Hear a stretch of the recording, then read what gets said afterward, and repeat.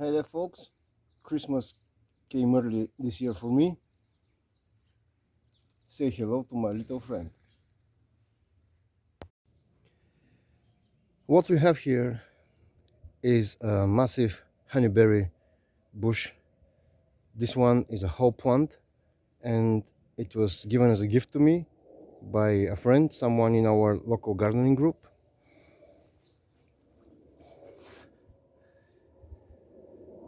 So I think that Christmas really started early this year.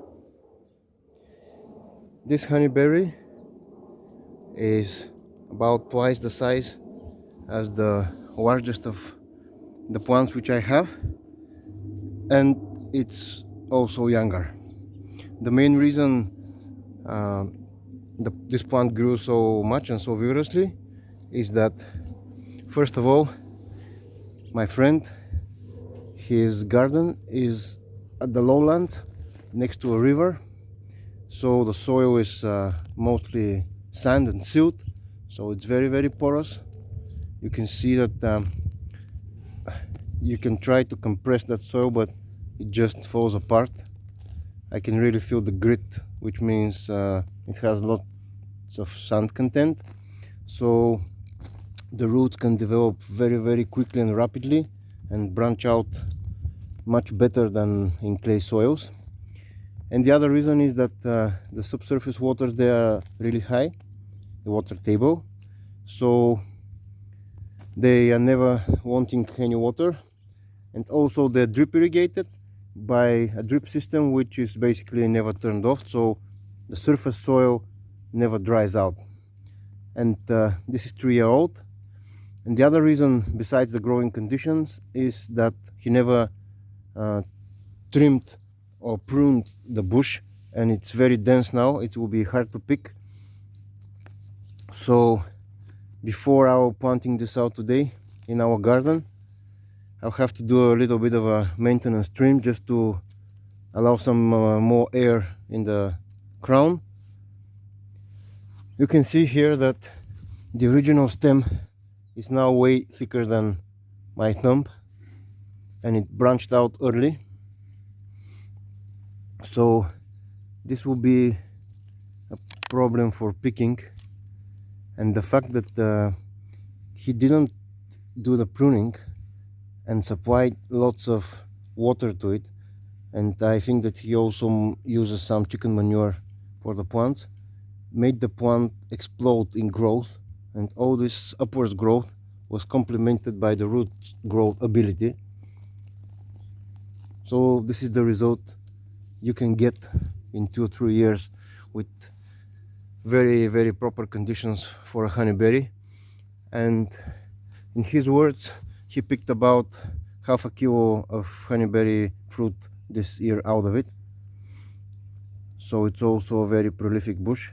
But as he has already few other same size bushes from the same variety, and he has new plants from the group order we did from Poland, so he now needs the space, and I received that one as a gift, for which I'm very thankful.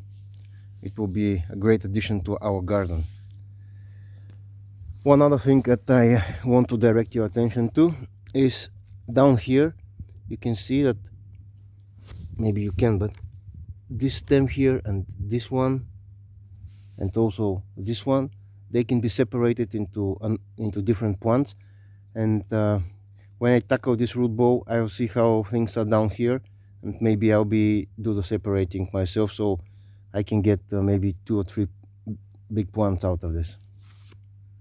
So I plan on using my machete as a lever here. I found a point where there are separate stems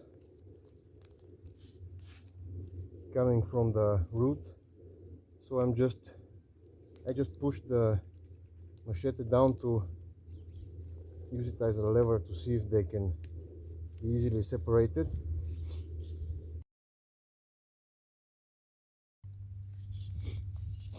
The root ball itself, it has like different sections. Here is an empty space with almost no roots, So just soil.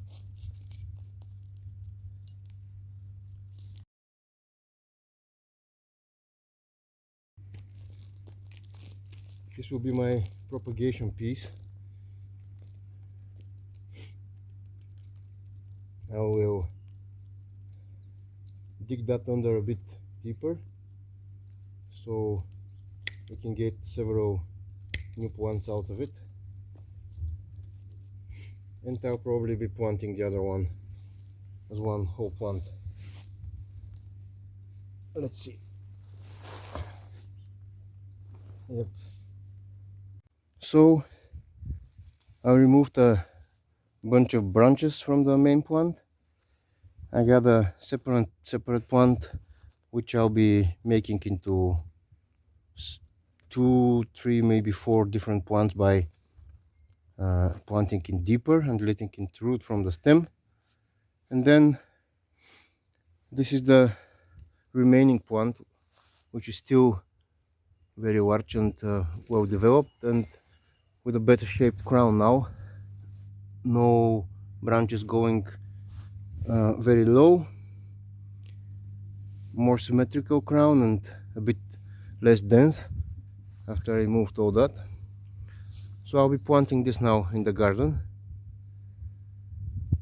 and this one as well. So I'm down here by the fruit bushes propagation area, and I've placed this new one gifted honeyberry next to another one which is here, and it's propagated by me, and it's of the same age. You can see the massive size difference, easily 2 times the size and maybe 3 times considering all the branches I cut away from it. And this is a very nice demonstration of the results which you can get if you have better growing conditions.